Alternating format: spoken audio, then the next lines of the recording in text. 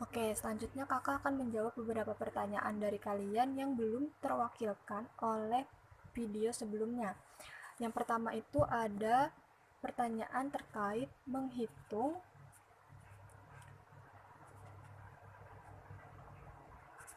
impuls apabila diketahui atau bentuknya itu grafik. Misal di sini ada grafik ya. Grafik impuls kita tahu bahwa dari video sebelumnya itu grafiknya merupakan grafik hubungan antara gaya dengan waktu. Nah, misal di sini ada 0,1, 0,2, 0,3 dan 0,4. Dan 0,03.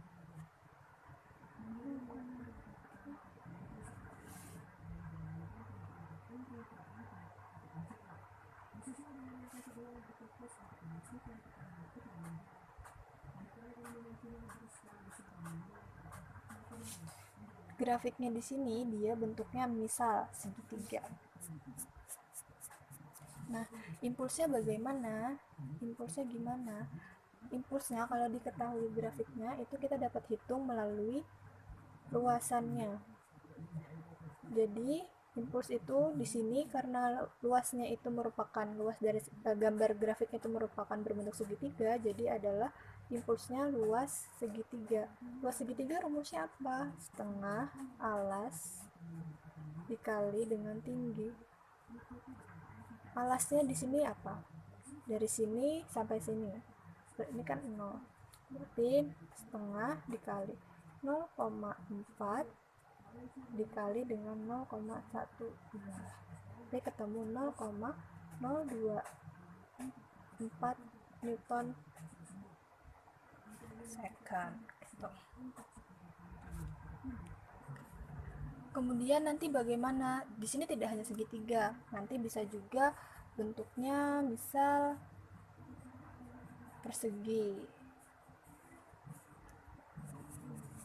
atau bentuknya nanti trapesium.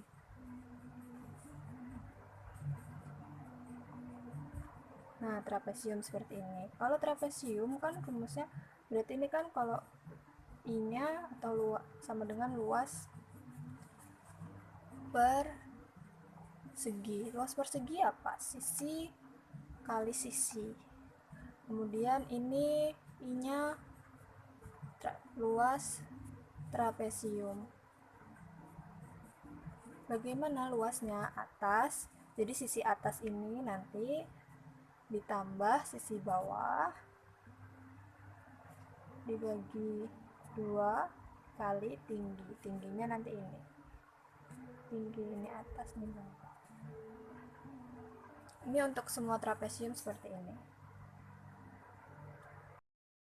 Itu bagaimana cara memahami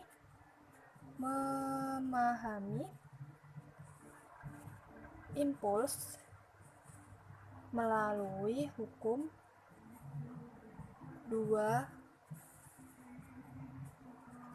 Newton. Nih, misal ada sebuah benda. Ini benda, nggak kelihatan ya? Bentar.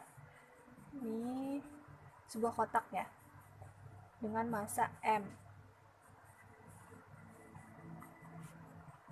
Bergerak dengan kecepatan V1. Dimulai pada saat waktu T1.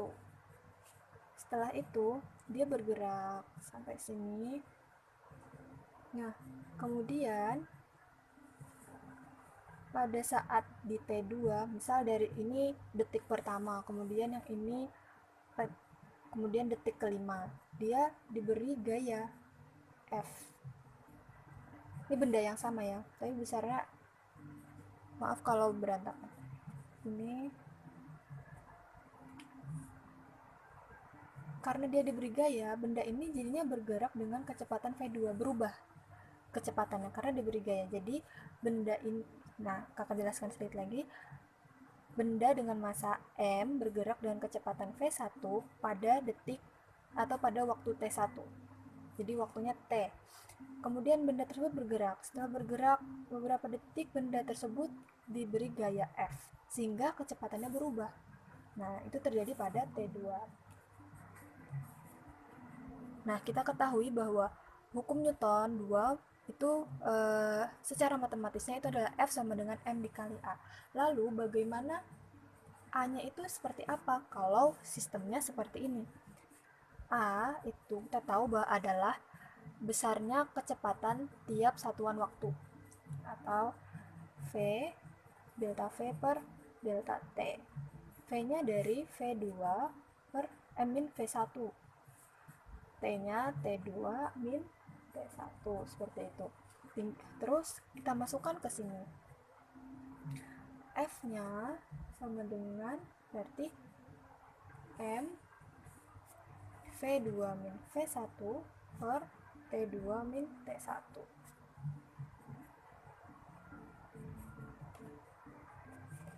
M-nya kita kalikan masuk. Berarti kan M V2 min M V1 per T2 min T1. Nah, sekarang kita ketahui dari video sebelumnya bahwa momentum itu secara matematisnya dapat dikatakan sebagai massa dikali kecepatan. Ini kan massa dikali kecepatan, berarti ini adalah P2 min M dikali kecepatan 1, berarti P1 per T2 min T1. Jadi F sama dengan ini bisa kita tulis sebagai delta P per delta T. Selanjutnya ini bisa kita naikkan ke sini, F dikali delta T sama dengan delta P. Dari video sebelumnya kita ketahui bahwa impuls itu merupakan gaya yang bekerja pada waktu yang sangat singkat, atau secara matematis F dikali delta T. Nah, F dikali delta T adalah impuls. Berarti ini F kali delta T itu sama dengan impuls. Jadi impuls sama dengan F dikali delta T, bisa juga delta P. Delta P sendiri itu adalah perubahan momentum P2 dikurang P1. Jadi M P2 dikurang M P1 atau M P2 min P1. Seperti itu. Ini yang paling harus diingat dari impuls, karena akan sangat terpakai di beberapa kasus. Dari persamaan ini kita juga bisa dapat kakak bisa menjawab pertanyaan yang mengapa kalau delta T dari suatu kejadian itu semakin besar, impulsnya semakin besar. Nah, dari persamaan aja sudah bisa kita lihat ini, kalau misalnya delta T semakin besar, I tentu akan semakin besar, seperti itu. Oke, ada sedikit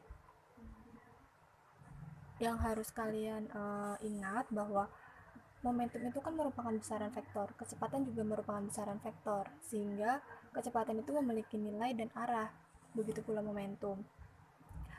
Jadi pada saat kalian melakukan perhitungan, kalian harus menentukan arah dari benda tersebut itu, kecepatan dari benda tersebut itu positif atau negatif. Misal dua buah benda ya, misal ada bola A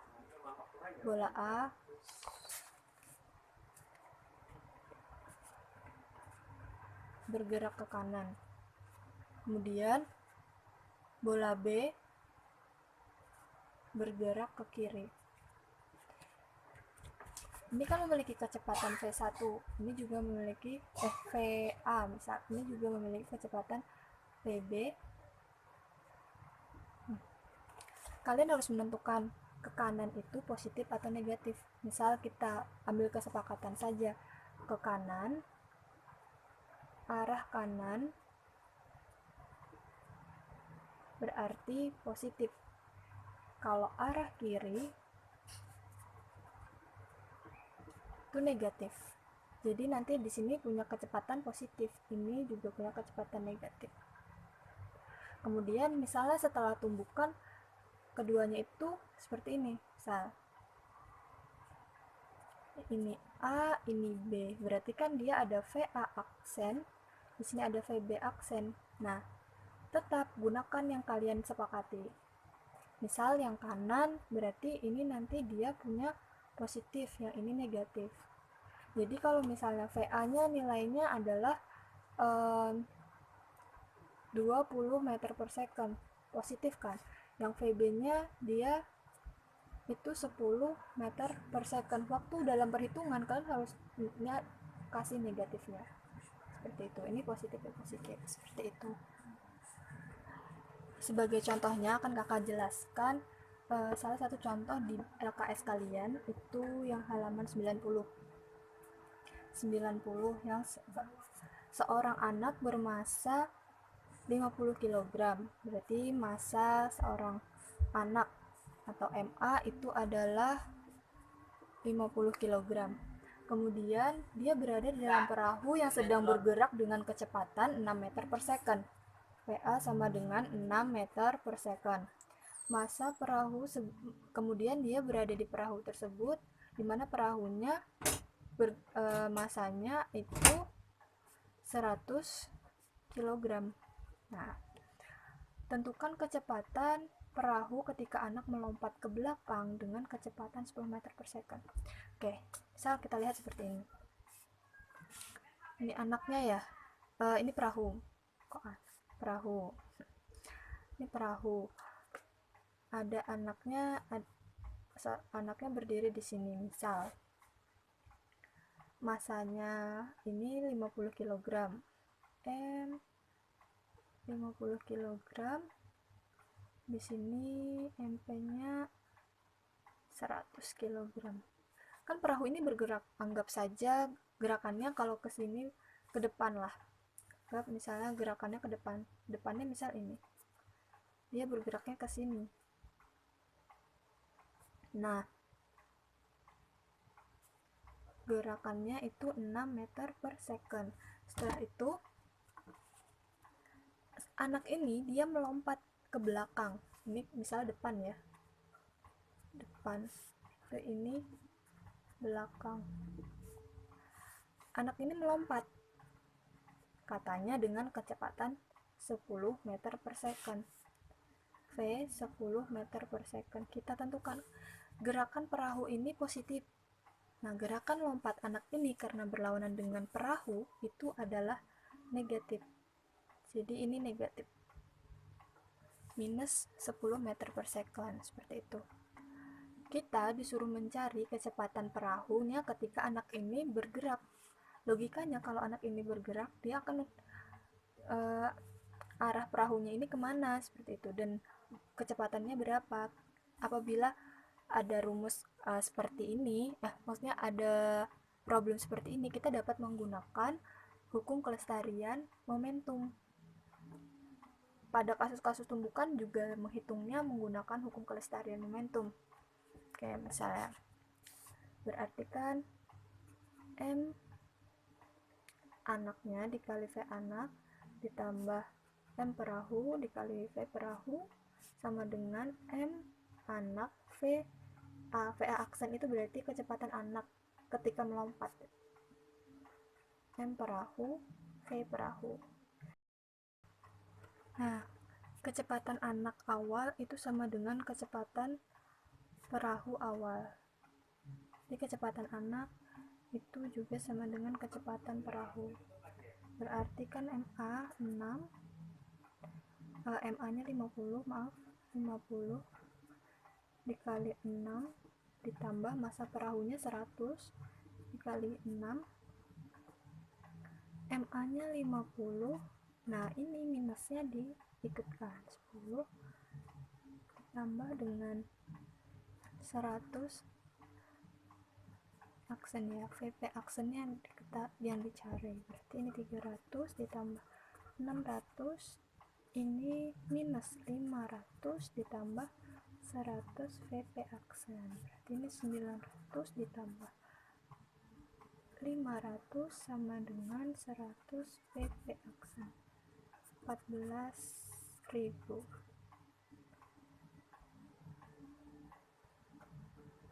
100 VP aksen. berarti VP-nya 14 meter per second. Ini tandanya kan positif, berarti kalau ditanya arahnya, dia adalah ke depan. Arah perahunya setelah anak melompat itu ke depan. Oke, selanjutnya kakak akan menjawab beberapa pertanyaan yang belum terwakili oleh video sebelumnya. Ada yang bertanya apakah gravitasi itu digunakan di momentum dan impuls. Momentum itu kan momentum itu kan P, M dikali V, jadi ya yang mempengaruhi momentum itu ya hanya massa dan kecepatan, seperti itu, jadi tidak ada gravitasi. Kemudian bagaimana di impuls? Impuls itu I sama dengan F dikali delta T atau delta P, atau ini adalah perubahan momentum, tidak ada dipengaruhi oleh gravitasi, jadi hanya dipengaruhi oleh gaya, selang waktu, dan perubahan momentum. Kemudian ada yang menanyakan tentang soal sebuah mobil yang bermassa 1200 kg, massa mobil sama dengan 1200 kg, melaju dengan kecepatan V 60 meter per second, menabrak sebuah tiang sehingga berhenti dengan selang waktu delta T itu 0,1 second atau 1 detik. Berapakah gaya yang berlangsung pada mobil tersebut? F yang ditanyakan. Ini kan kecepatan dia pertama, kecepatan V1, kemudian V2 nya dia adalah 0 karena dia berhenti. Jadi kan kita tahu bahwa I sama dengan F dikali delta T atau delta P. Kemudian kita pakai saja yang ini. Jadi F sama dengan F dikali delta T itu sama dengan delta P. F sama dengan delta P per delta T, atau sama dengan M V1 min M V2 per delta T. Kemudian ini V2, ini V1. V2 min V1 delta T. Masanya itu 1200, kemudian V2 nya itu 0 min 60, delta T nya 0,1, berarti nanti akan minus.